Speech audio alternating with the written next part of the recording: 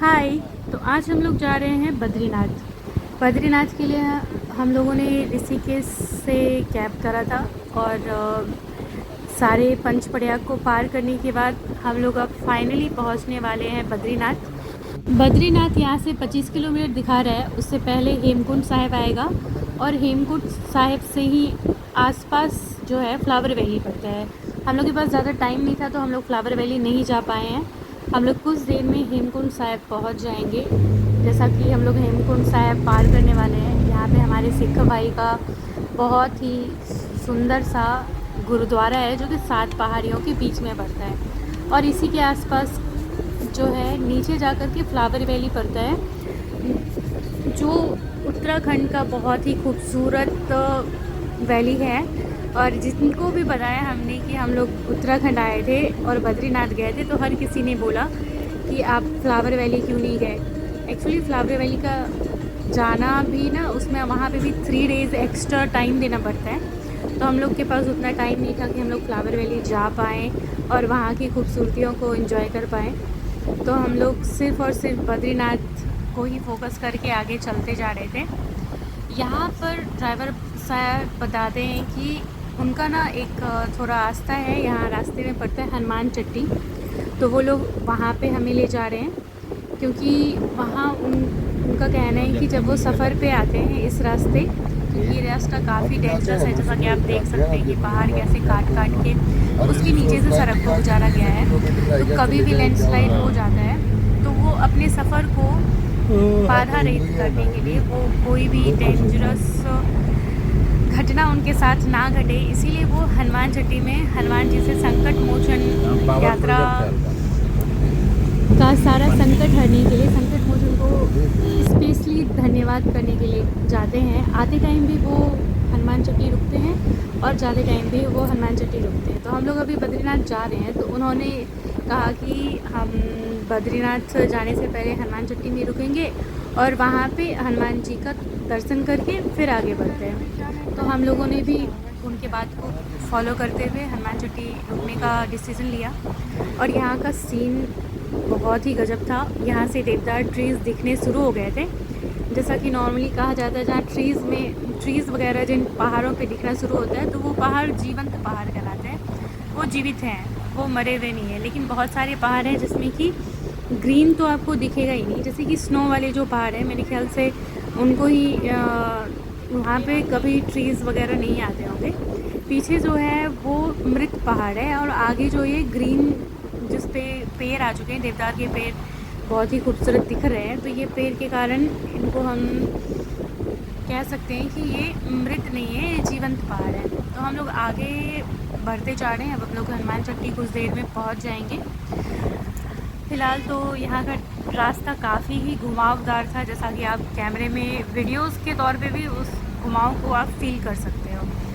तो हम लोग इन सारे चीज़ों को फील करते हुए आखिरकार हनुमान चट्टी पहुँच चुके हैं। ये देखिए बाबा का दरबार आ चुका है। तो हम लोग अब यहाँ पे उतर के उनका थोड़ा बहुत दर्शन करेंगे और उसके बाद फिर थोड़ा बहुत चाय पानी करके यहाँ से निकलेंगे।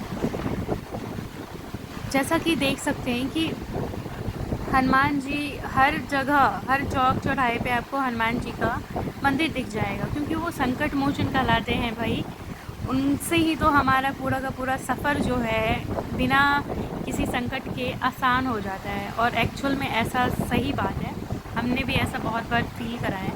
तो हम लोग हनुमान चट्टी में हनुमान जी का दर्शन करते हैं, फिर उनका गर्भगृह का फेरा करते हैं। उसके बाद हम लोग निकल जाते हैं फिर से अपने डेस्टिनेशन की ओर।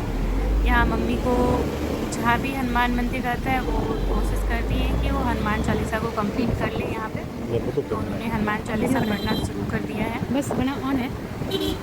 यहाँ का नज़ारा काफ़ी प्यारा है। पापा बोलते जाओ, तुम इतनी देर से वीडियो बना रही है, चलो मैं तुम्हारा वीडियो कर देता हूँ। उसके बाद फिर हम लोग हनुमान जी के मंदिर में हनुमान जी का दर्शन करते हैं, उनके पास माथा टेकते हैं, फिर आगे बढ़ते हैं। लोग मंदिर का सारा परिक्रमा कंप्लीट करने के बाद इस जगह को थोड़ा एंजॉय कर रहे हैं। यहाँ का सीन काफ़ी प्यारा है और मम्मी अपना हनुमान चालीसा कंप्लीट कर रही है। फिर हम लोग इनके बाद निकलेंगे बद्रीनाथ जी की ओर। कुछ फ़ोटोज़ वीडियोज़ लेने के बाद हम लोग आगे बढ़ने का प्लान कर लेते हैं। और देखिए मेरे हीरो को क्या कूल लग रहा है ना। तो यहाँ से पहाड़ की चोटी पर देखिएगा तो स्नो दिख रहा है, जो और भी खूबसूरत लग रहा है। जैसा कि हमारे ड्राइवर भैया ने बताया है कि हम लोग धीरे धीरे अब उस स्नो वाले माउंटेन के पास ही पहुँचने वाले हैं। हम लोग अब पहाड़ से नीचे की ओर नहीं उतरेंगे, अब हम लोग सिर्फ़ और सिर्फ पहाड़ की चोटियों से पहाड़ की शिखर तक जाने वाले हैं, जहाँ पे हमारे बद्री विशाल जी विराजते हैं। और उसी के आसपास नर नारायण पर्वत है, और मेरे ख्याल से वो जो स्नो वाला माउंटेन है वो उन्हीं का है। नर नारायण पर्वत का ही एक पर्वत है, जो यहाँ से कितना सुंदर दिख रहा है, वहाँ नज़दीक तो और भी सुंदर दिखेगा।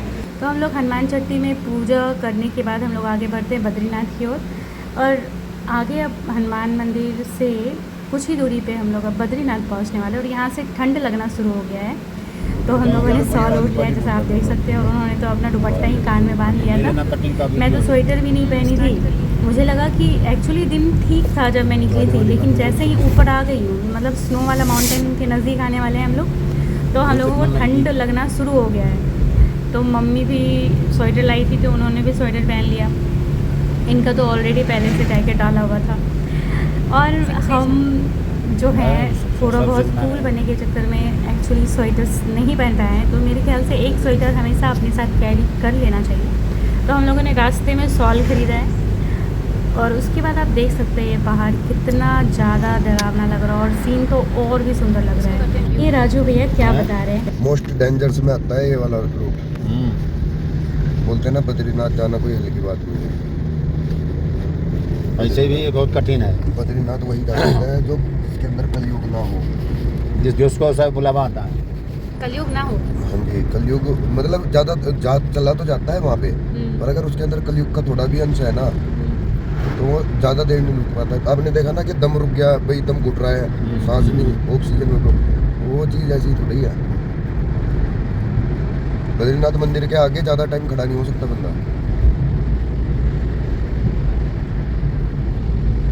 बेचैनी होने लगती है, मतलब या तो ऊपर जाना हम लोग का। हाँ जी, हाँ जी, या तो घर की टेंशन होएगी, वहाँ पे रह के खड़े होएंगे। देखिए राजू भैया ने जैसा बताया है उस अनुसार हम लोगों का दर्शन कितना सुलभ हो पाता है। अब तो वहाँ जा कर के ही पता चलेगा। अब देखिए वसुधारा के बारे में क्या बोल रहे हैं। क्या चलो आप भी हमारे साथ वहाँ पे वसुधारा पे टेस्ट करेंगे आपका।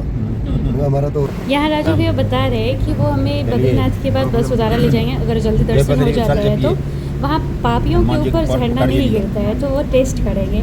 तो हम लोग अगले ब्लॉग में मिलते हैं, जहाँ हम लोग बद्री विशाल जी का दर्शन करेंगे। तो बने रहिएगा। जय बद्री विशाल, जय बाबा भोले, जय बजरंगबली।